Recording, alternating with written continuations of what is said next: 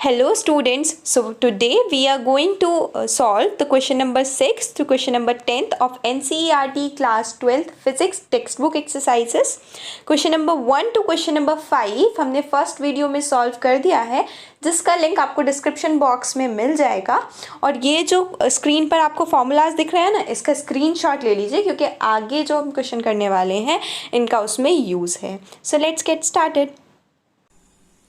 Question number 1.6. 4-point charges QA, QB, QC, QD are located at the corners of the square ABCD of side 10 cm. What is the force on a charge of 1 microcoulomb placed at the center of the square? इस question में ध्यान से देखना कि क्या पूछा है कि एक स्क्वायर है ABCD, उसकी कॉर्नर्स पे QA, QB, QC और QD 4 चार्जेस को प्लेस किया गया है और सिमिलरली उसके सेंटर पे भी एक Q चार्ज को प्लेस किया गया है और इस स्क्वायर की साइड है 10 सेंटीमीटर। तो ये जो बीच में जो सेंटर पे जो चार्ज रखा गया है, इस पे कितना फोर्स लगेगा इन चारों चार्जेस को मिलाकर। ओके, तो फोर्स का जो फॉर्मूला होता है क्या होता है, F is equals to K Q1 Q2 upon R square. कि तो एफ ए लगेगी ए की वजह से क्यू पर, जो कि रिपल्सिव होगी क्योंकि दोनों चार्जेस पॉजिटिव हैं। सो एफ ए इस डायरेक्शन में लगेगी, एफ बी लगेगी इस डायरेक्शन, एफ बी लगेगी किस डायरेक्शन में, एक पॉजिटिव चार्ज एक नेगेटिव चार्ज दोनों आपस में अट्रैक्ट करेंगे, एफ बी लगेगी इस डायरेक्शन में। सिमिलरली एफ डी लगेगी इस डायरेक्शन में एंड एफ सी लगेगी इन दिस डायरेक्शन। अब हमें क्या करना है, एफ ए, एफ बी और एफ सी तीनों को कैलकुलेट करेंगे और तीनों का वेक्टर सम कर देंगे। सुपरपोजिशन ऑफ फोर्स, तो total force on charge Q निकल जाएगी। ये पॉइंट है O point. Now F A हम अब एफ ए निकालने के लिए हमें एक चीज की जरूरत पड़ेगी, डिस्टेंस की। एफ बी को भी एफ सी को भी, सब में ये देखो कि ओ ए, ओ बी, ओ सी, ओ डी सारे जो डिस्टेंस हैं वो डिस्टेंस तो इक्वल है। डिस्टेंस तो कैसे है, इक्वल डिस्टेंस है। अब इस डिस्टेंस को कैसे निकालेंगे, by Pythagoras theorem. 10 centimetre 10 centimetre, तो ये हो गया हमारा बेस, ये हो गया परपेंडिकुलर, ये हाइपोटेनियस निकल जाएगा। फिर इस हाइपोटेनियस का हम हाफ कर देंगे तो ओ ए, ओ बी, ओ सी, ओ डी सब निकल जाएगा। O A is equals to O B is equals to O C is equals to O D. What is it, hypotenuse क्या होता है, अंडर रूट ऑफ परपेंडिकुलर का square plus base square. Okay, इस hypotenuse का भी हमें क्या करना है, हाफ करना है, तो ओ ए, ओ बी, ओ सी और ओ डी निकल जाएगा। Okay, got it. चलो निकालते हैं। 10 square is 100 plus 100 under the root upon 2 under the root 200 by 2 is equals to 10 root 2 by 2, that is 5 root 2। कितना डिस्टेंस आ गया, ओ बी, ओ सी, ओ डी, ओ ए, ये सब कितना हो गया, 5 रूट 2 सेंटीमीटर, जिसको हम कैसे लिख सकते हैं, 5 root 2 into 10 raise to the power minus 2 metre, क्योंकि इसको किस में लिखना है, SI यूनिट में लिखना है। कोई भी हम क्वेश्चन लेंगे तो उसको सॉल्व कैसे करेंगे, SI यूनिट में रख के, सारी की सारी वैल्यूज को किस में रखेंगे, SI यूनिट्स में। नेक्स्ट हम निकालते हैं एफ ए कैसे निकालेंगे, K Q A Q upon R square. R is what, 5 root 2 into 10 raise to the power minus 2।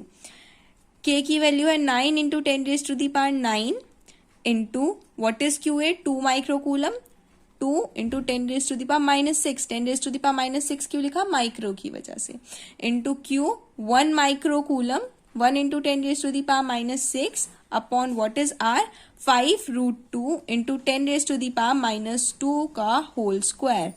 तो इसका आंसर क्या आएगा, total 3.6 newton along which direction, along F A किस डायरेक्शन में है, ओ सी डायरेक्शन में, ओ सी डायरेक्शन में। Similarly हम एफ बी, एफ सी और एफ डी भी निकाल लेंगे।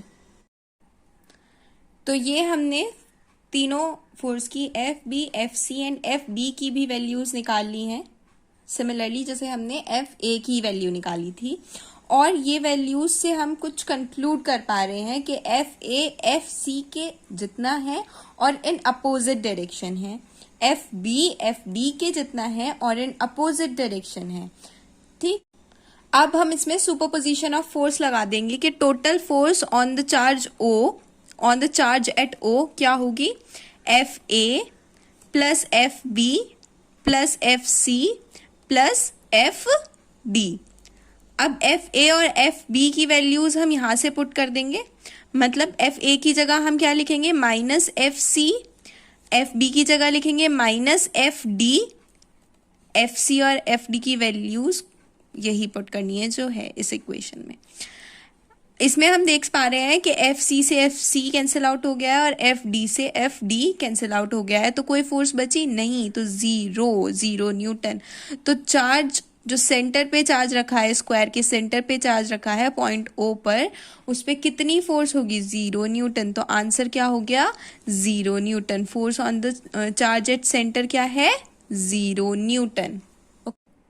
क्वेश्चन नंबर 1.7 एक पूरी तरीके से थ्योरेटिकल क्वेश्चन है। इसमें पूछा गया है an electrostatic field line is a continuous curve that is a field line can not have sudden breaks and why not.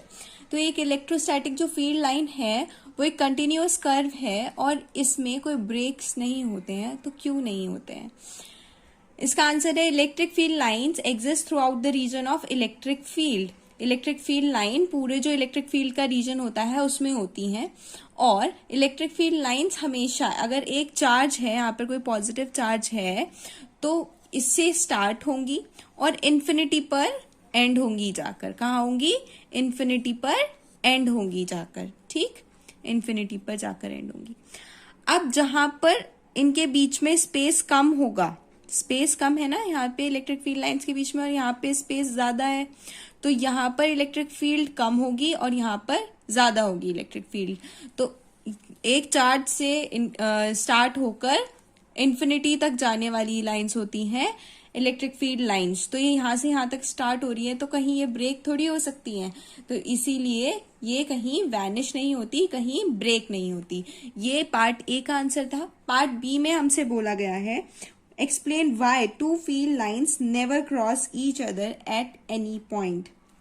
आपको पता है कि एक अगर इलेक्ट्रिक फील्ड लाइन है, तो इस इलेक्ट्रिक फील्ड लाइन पे अगर यहाँ पर एक पॉजिटिव टेस्ट चार्ज रख दो, मतलब नेग्लिजिबल चार्ज का एक पॉजिटिव टेस्ट चार्ज रख दो, तो इसकी डायरेक्शन पता चलेगी। इस कर्व का इस पॉइंट पर टेंजेंट लेंगे, तो इस टेंजेंट के अलोंग ही इस पॉजिटिव टेस्ट चार्ज की डायरेक्शन होगी। अब हम मान लेते हैं कि टू लाइंस आपस में इंटरसेक्ट कर रही हैं और इस इंटरसेक्शन पॉइंट पर दो टेंजेंट होंगे, एक यहाँ इस डायरेक्शन में होगा, एक इस डायरेक्शन में होगा। तो अब हमने यहाँ पर एक Q positive Q test charge रख दिया। अब बताओ वो कौन सी डायरेक्शन में जाएगा, इस डायरेक्शन में जाएगा या इस डायरेक्शन में जाएगा। भाई एक टेंजेंट तो इस कर्व के अलोंग है, एक टेंजेंट इस कर्व के अलोंग है, तो दोनों डायरेक्शन में एक पॉजिटिव टेस्ट चार्ज तो नहीं जा सकता ना, तो ये तो सिचुएशन ही रॉन्ग है। एक पॉजिटिव टेस्ट चार्ज है तो क्या वो दोनों डायरेक्शन में जा ही नहीं सकता है। इसीलिए two field lines never cross each other. इसको कैसे लिखेंगे, if two lines of force intersect then there would be two tangents and hence two direction of electric field at a point of intersection, which is not possible. Okay. Question number 1.8. 2 point charges QA and QB are located 20 centimeter apart in vacuum. 2 point charges हैं QA and QB, दोनों vacuum में रखे गए हैं 20 centimetre apart. कितनी distance है इनके बीच में, 20 सेंटीमीटर अपार्ट। ओके, QA है +3 माइक्रोकूलम और ये है -3 माइक्रोकूलम। ठीक, अब फर्स्ट में पूछा गया है, गिवन क्या क्या है हमारे पास, तो गिवन लिख लेते हैं। गिवन है QA is equals to +3 into 10⁻⁻6 coulomb. QB है हमारे पास -3 into 10⁻⁻6 coulomb, and the distance between them is R is equals to 20 centimetre. SI unit में लिख लेंगे 0.2 मीटर। ओके, अब इसका फर्स्ट पार्ट देखो, फर्स्ट पार्ट क्या कहता है, find the electric field at the mid point O of the line A B joining the two charges. इस मिड पॉइंट, यहाँ पे इन दोनों चार्जेस को ज्वाइन करता हुआ एक मिड पॉइंट है O, इसके ऊपर हमें क्या निकालनी है, इलेक्ट्रिक फील्ड निकालनी है। इलेक्ट्रिक फील्ड का फॉर्मूला होता है E is equals to K Q upon R square. Q is what, जो ये वाला क्यू है, मतलब जो चार्ज है जिसकी वजह से फील्ड लग रही है। ओके, तो चार्ज क्यू ए की वजह से जो इलेक्ट्रिक फील्ड लगेगी वो कितनी होगी, E A is equals to K Q A upon R square. R कितना है, डिस्टेंस कितना है, मिड पॉइंट है तो ये 10 सेंटीमीटर होगा ना। ओके, और ये भी 10 सेंटीमीटर होगा। तो ई ए, यहाँ पे डायरेक्शन क्या होगी, ये पॉजिटिव चार्ज है, पॉजिटिव चार्ज की अवे फ्रॉम द चार्ज होती है इलेक्ट्रिक फील्ड की direction. So EA is equals to 9 into 10 raised to the power 9 into what is QA, 3 microcoulomb, 3 into 10 raised to the power minus 6 upon R square. What is R square? 10 centimeter, 0.1 meter ना, 0.1 meter का whole square. Okay, तो EA total calculate करने के बाद हमारे पास आता है 2.7 into 10 raised to the power minus 6 newton पर कूलम। ओके, ई ए इतना आएगा। ई ए कौन सी डायरेक्शन में आएगा, along O B direction, along O B direction. Similarly हम यहाँ पर ई बी फाइंड कर देंगे। क्या फाइंड करेंगे, ई बी फाइंड करेंगे। ई बी क्या होगा, K Q B upon R square. 9 into 10 raise to the power 9 into minus 3 into 10 raise to the power minus 6 upon R square. R यहाँ पे भी 10 ही है, 0.1 का स्क्वायर। ओके, ये भी आएगी 2.7 into 10 raise to the power minus 6 newton पर coulomb, और अलोंग ओ बी ही आएगी। अलोंग ओ बी क्यों आई, क्योंकि ये माइनस का चार्ज है। नेगेटिव चार्ज जो होता है, नेगेटिव चार्ज की टूवर्ड्स द चार्ज होती है इलेक्ट्रिक फील्ड की डायरेक्शन। अब total electric field at the point O कितनी हो जाएगी, ई ए प्लस ई बी। ओके, अब ये दोनों की डायरेक्शन तो सेम ही है, तो डायरेक्ट हम इसको ऐड कर देंगे। क्या होगा, 5.4 into 10 raise to the power minus 6 newton पर कूलम अलोंग ओ बी। ठीक, तो electric field at point O कितनी आई, 5.4 into 10 raise to the power minus 6 newton पर coulomb along the direction O B. अब सेकेंड पार्ट में हमसे क्या पूछा गया है, सेकेंड पार्ट में हमसे पूछा गया है, if a negative test charge of magnitude 1.5 into 10 raise to the power minus 9 coulomb is placed at the centre, find the force experienced by the test charge. अब हमने क्या किया कि ये जो सेंटर है इस पर एक टेस्ट चार्ज रख दिया 1.5 into 10 raise to the power minus 9, 1.5 into 10 raise to the power minus 9 coulomb का एक टेस्ट चार्ज रख दिया Q। तो अब बताओ इस पे कितनी फोर्स होगी।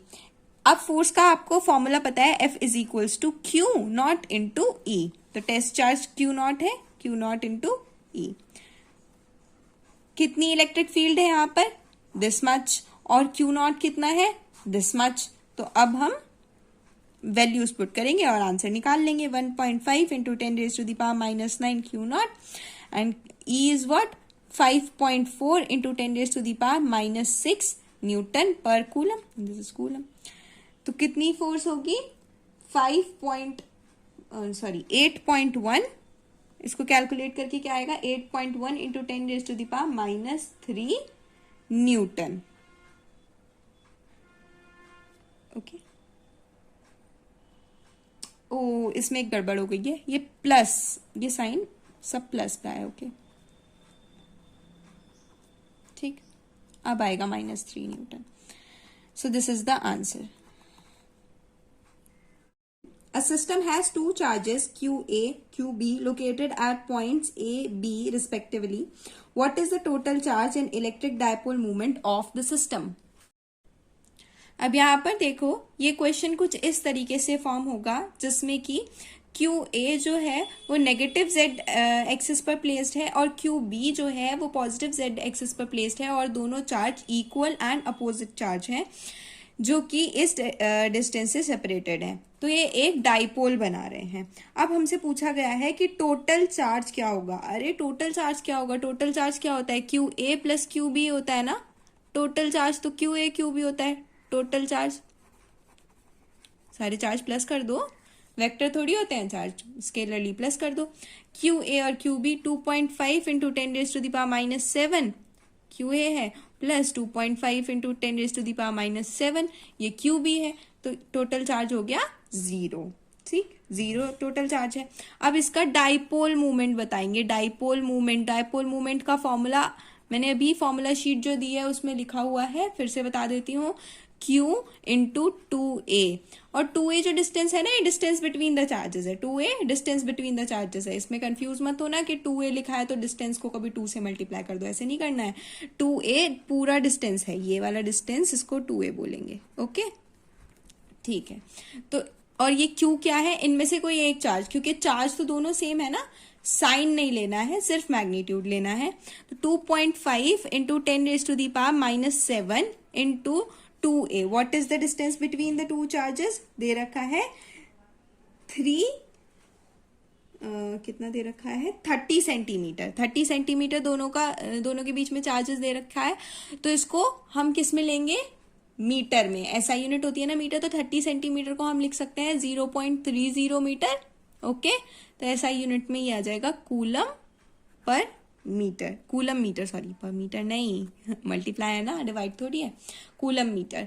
ओके, तो इसको जब हम मल्टीप्लाई करेंगे तो आंसर आ जाएगा 0.75 इंटू 10⁻⁻⁷ कूलम मीटर। ओके, तो ये है हमारा डाइपोल मूवमेंट। इसको हम रिप्रेजेंट करते हैं P से। तो डाइपोल मूवमेंट इज दिस और टोटल चार्ज इज 0। तो ये दोनों इसका आंसर है। Okay, question number 10 or question number 1.10. An electric dipole with dipole moment 4 into 10⁻⁹ coulomb meter is aligned at 30 degree with the direction of a uniform electric field of magnitude 5 into 10⁻⁴ Newton per coulomb. Calculate the magnitude of the torque acting on the dipole. इस question को, ये question बहुत ही ज्यादा easy है, formula based है directly. हमें दे रखा है यहाँ पर dipole movement P is equals to 4 into 10⁻⁻⁹ coulomb metre. जो एंगल दे रखा है थीटा, वो दे रखा है 30 डिग्री। E हमारे इलेक्ट्रिक फील्ड का मैग्नीट्यूड दे रखा है, E is equals to 5 into 10⁻⁴ newton पर कूलम। ओके, हमें पूछा है कि टॉर्क क्या होगी। टॉर्क क्या होती है, P cross E। Formula sheet में भी फॉर्मूला लिखा हुआ है, मतलब PE साइन थीटा। अब इस फॉर्मूले में सिर्फ ये सारी वैल्यूज पुट करनी है और हमारा आंसर आ जाएगा। P is 4 into 10⁻⁹, E is 5 into 10⁻⁴, sine 30 degree. Sine 30 degree हम यहाँ पे लिख देंगे, साइन 30 डिग्री। साइन 30 डिग्री की वैल्यू क्या होती है, जल्दी बताओ। ये आपका होमवर्क है, इसको आप कैलकुलेट कर देंगे। 4 into 10⁻⁴ newton metre. Okay, that's it.